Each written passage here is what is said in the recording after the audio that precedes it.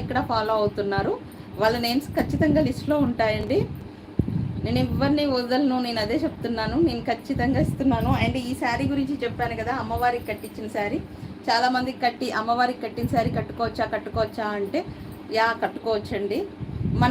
మనం జెన్యున్గా ఉండేంత వరకు మనం, ఇప్పుడు నేనున్నాను, ఒకళ్ళకి హెల్ప్ చేయాలి అనుకునే మెంటాలిటీ నాది.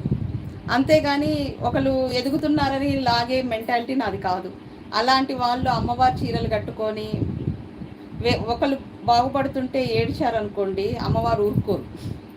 సో మీ మైండ్ ప్లెజెంట్గా ఉండాలి, మీ మైండ్ కూల్గా ఉండాలి. అండ్ మీ మైండ్లో బ్యాడ్ థాట్స్, వాడు చెడిపోవాలి, వీడు చెడిపోవాలి, వాడు నాశనం కావాలి అలా అనుకోకుండా నేను బాగుండాలి, నాతో పాటు అందరూ బాగుండాలి అనుకునే వాళ్ళు మాత్రం అమ్మవారికి గట్టిన చీరలు కట్టుకోండి.